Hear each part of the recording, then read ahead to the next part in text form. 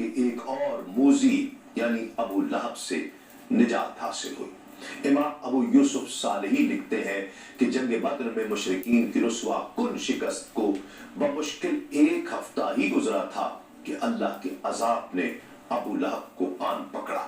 اسے بدن پر ایک خطرناک پھنسی دانہ سا نکل آیا جسے عرب بہت منحوس سمجھتے تھے اور اس سے بہت خوفزدہ ہوا کرتے تھے، اور ان کے نزدیک یہ ایک متعدی بیماری تھی۔ جب ابو لہب کے بیٹوں کو پتا چلا کہ ان کے باپ کو یہ خطرناک اور منحوس پھنسی نکل آئی ہے تو انہوں نے اس کے پاس آنا جانا چھوڑ دیا۔ وہ تنہا اس کی اذیت اور درد سے کئی روز تک تڑپتا رہا۔ آخرکار بے کسی اور قسم پرسی کی موت میں مر گیا۔ 3 دن تک اس کی لاش بے گور و کفن پڑی رہی۔ مکے کے اس رئیس اعظم کو دفن کرنے کی بھی کسی نے زحمت تک گوارا نہیں کی، اور جب اس کی لاش ناظرین کرام پھول کر پھٹ گئی تو اس کی بدبو سے سارے اہل محلہ کے دماغ پھٹنے لگے۔ امام بہقی دلائل النبوت میں لکھتے ہیں کہ ایک شخص نے ابو لہب کے بیٹوں کے پاس آ کر انہیں ملامت کی کہ بدبختو، تمہیں شرم نہیں آتی کہ تمہارے باپ کی لاش سے بدبو پھوٹ رہی ہے اور تم اسے دفن بھی نہیں کرتے؟ تو نے کہا کہ ہمیں ڈر ہے کہ کہیں یہ بیماری ہمیں بھی نہ لگ جائے۔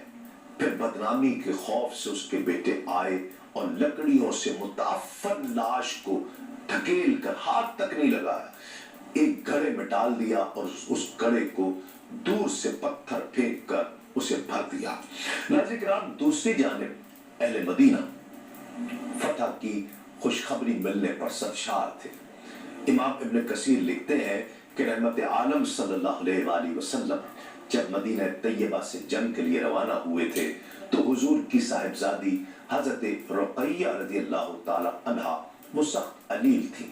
ان کی بیمارداری کے لیے حضور نبی کریم صلی اللہ علیہ وآلہ وسلم نے اپنے داماد حضرت عثمان غنی رضی اللہ تعالی عنہ کو حکم دیا کہ وہ مدینہ منورہ میں ہی ٹھہرے۔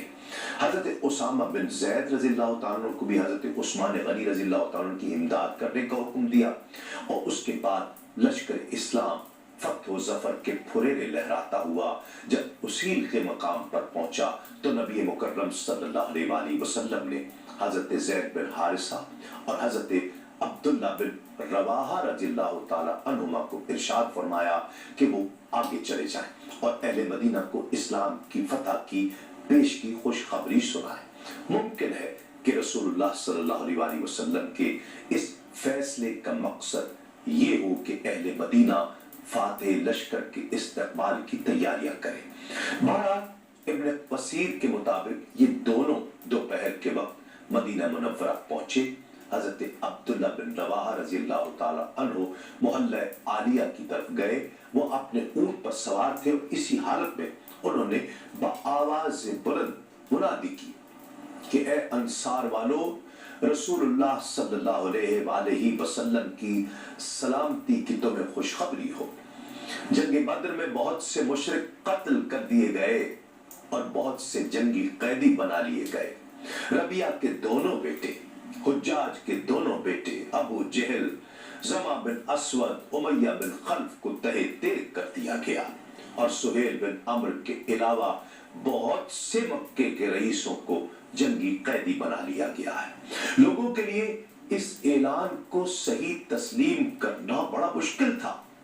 عاصم بن عدی کہتے ہیں کہ میں یہ اعلان سن کر حضرت عبداللہ بن رواحہ کے پاس آیا اور انہیں لوگوں سے الگ لے کر گیا اور کہا، رواحہ کیا تم سچ کہہ رہے ہو؟ انہوں نے کہا، بخدا میں سچ کہہ رہا ہوں۔ ہمارے پیچھے کل صبح رسول اکرم صلی اللہ علیہ وآلہ وسلم خود تشریف لا رہے ہیں، تم خود دیکھ لو گے کہ مکے کے جنگ اسیر پابہ زنجیر ساتھ ہوں گے۔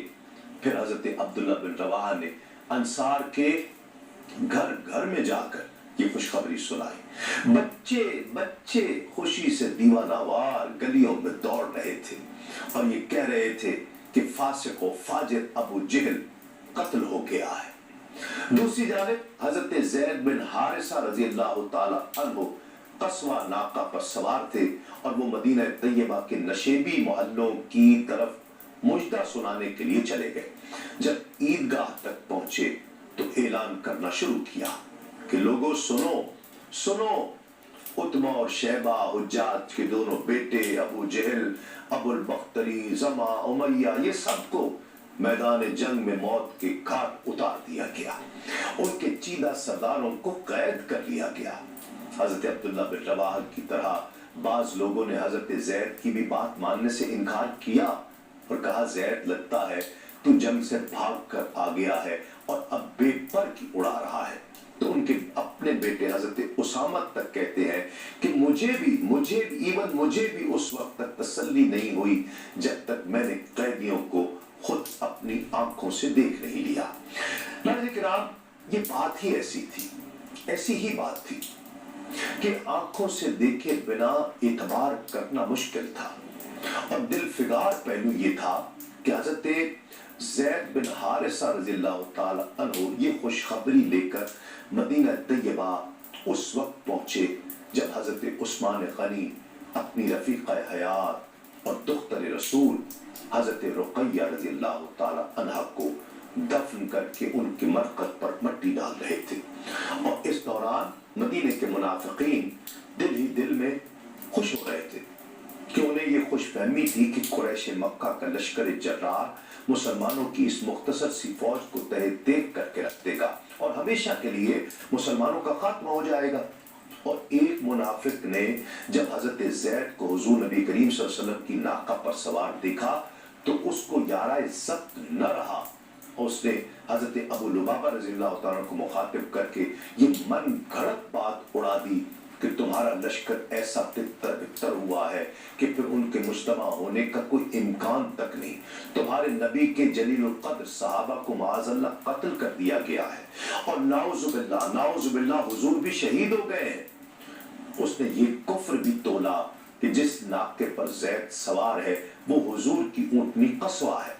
हम इसे बखूबी पहचानते हैं और ज़ैद तो अहले मक्का के खौफ से मरूब होकर ये ऐलानात कर रहा है कि दरअसल ये खुद भगोड़ा है और मैदान जंग से भाग कर आया है। मदीना यहूद की भी यही राय थी। हजरत उसामा रज़ियल्लाहु ताला फरमाते हैं कि मैंने अपने वालिद से पूछा कि अब्बा जान, जो आप कह रहे हैं क्या ये हक है? तो आपने कहा, बखुदा मैं सच कह रहा हूँ। ये सुनकर मुझे तसल्ली हुई। फिर मैंने उस मुनाफिक को कहा कि तुम झूठ बक रहे हो, हुजूर नबी करीम सल्लल्लाहु अलैहि वसल्लम जल्द तशरीफ ले आएंगे, फिर मैं तुम्हें हुजूर नबी करीम सल्लल्लाहु अलैहि वसल्लम के सामने पेश करूंगा और जो कुछ तुमने कहा है वो बताऊंगा। तो हुजूर नबी करीम सल्लल्लाहु अलैहि वसल्लम तुम्हारा सर कलम कर देंगे। मेरी धमकी सुनकर कहते हैं कि मुनाफिक घबरा गया और कहने लगा कि मैंने तो ऐसे ही सुनी सुनाई बात कही थी, ये मेरी अपनी राय नहीं थी। यानी सुनी सुनाई बात आगे करना भी तो मुनाफिकत की ही निशानी है। नाज़रीन किराम, सरवर दो आलम सल्लल्लाहु अलैहि वसल्लम अपने जांबाज मुजाहिदीन के साथ बद्र से रवाना हुए। जंगी कैदियों का एक जंग में गफीर साथ था। माल गनीमत की कसीर मकदार ऊँटों पर लदी हुई थी। उसमें 150 ऊँट, मुख्तलिफ किस्म का सामान, चमड़े के दस्तरखान, पाराचार, कसीर मिकदार में रंगा हुआ चमड़ा। मुशरिकीन ये सारा सामान तिजारत के लिए लाए थे। अबू जहल का मशहूर ऊँट भी उसमें शामिल था और ये ऊँट नबी करीम सल्लल्लाहु अलैहि वसल्लम ने अपने पास रखा और इस पर सवार होकर गज़वात में तशरीफ ले जाया करते थे। नाज़रीन किराम, जब जंग खत्म हुई तो हजरत जिब्रील अमीन अलैहिस्सलाम एक घोड़ी पर सवार होकर हाजिर खिदमत हुए। उनका चेहरा भी गर्व आलूद था। अर्ज़ की, ए अल्लाह के हबीब, अल्लाह ने मुझे आपकी खिदमत में भेजा है और हुक्म दिया है कि जब तक मेरा हबीब राजी ना हो वापस ना आना। क्या हुजूर आप खुश हैं? आखिर सलातो सलाम ने फरमाया कि अल्लाह से कहो कि मैं राजी हूं, तुम्हें वापसी की इजाजत है। रसूल अकरम सल्लल्लाहु अलैहि वसल्लम फतह कामरानी के परचम लहराते हुए जब रोहा के मकाम पर पहुंचे तो अहले मदीना के सरकर्दा लोग हदिया तबरीक को तहनीयत पेश करने के लिए वहां पहुंच गए और बारगाह नबूवत में मुबारकबादें पेश करने लगे। फिर जब हुजूर नबी करीम सल्लल्लाहु अलैहि वसल्लम मदीना तैयबा के करीब पहुंचे तो सहाबा किराम आपसे मुलाकात करने और शानदार फतह की मुबारकबाद देने के लिए बाहर निकल आए। उन्हें आपसे मुलाकात की। जब आप मदीना तैयबा दाखिल हुए तो बच्चियों ने वही अशार पढ़े और इस्तकबाल किया। तलाल बद्र अलैना मिन सनियातिल वदाई वजबत शुक्र अलैना मादा लिल्लाहि दाई अय्युहल मबूस फीना जिअता बिल अम्रिल मुताई, कि हम पर वदा की चोटियों से 14वीं रात का चांद तुलू हुआ। जब तक लोग अल्लाह को पुकारते रहेंगे हम पर उसका शुक्र वाजिब है। ऐ हम में मबूस होने वाले नबी, आप ऐसे अम्र के साथ तशरीफ लाए हैं जिसकी इताअत की जाएगी। अहले मदीना में हजरत उसैद बिन हुज़ैर रज़ियल्लाहु ताला अन्हु भी थे। उन्होंने बड़ी नियाजमंदी से गुजारिश की कि या रसूल अल्लाह, सब तारीफें अल्लाह के लिए है जिसने आपको कामयाबी अता फरमाई और आपकी आंखों को ठंडा किया। या रसूल अल्लाह, बखुदा मेरे पीछे रह जाने की वजह यह थी कि मेरा ख्याल था कि हुजूर का हदफ अबू सुफियान का तिजारती काफिला है। अगर मुझे ये इल्म होता कि दुश्मन के लश्कर से टकराना है तो मैं कभी पीछे न रहता।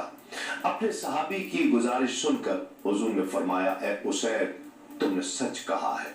यानी रसूलुल्लाह सल्लल्लाहु अलैहि वसल्लम ने उनका उज़्र कबूल फरमाया। जब अहले मदीना ने मुजाहिदीन को मुबारकें दी तो सलमा बिन सलामा बिन वक़श ने हकारत से कहा कि तुम किस बात की हमें मुबारकबाद दे रहे हो? बखुदा हमारे मुकाबले में तो गोया बूढ़ी गंजी औरतें थी, उन ऊंटनियों की तरह जो रस्सी से बंधी हुई हो और हमने उनको ज़िबा कर दिया हो। अपनी इस बात से वो लश्कर कुफार की तहकीर करना चाह रहा था।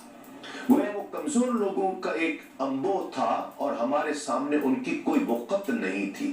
हमने उनको इस तरह आसानी से ज़िबा कर दिया जिस तरह बंधी हुई बूढ़ी ऊंटनी को ज़िबा करते हैं।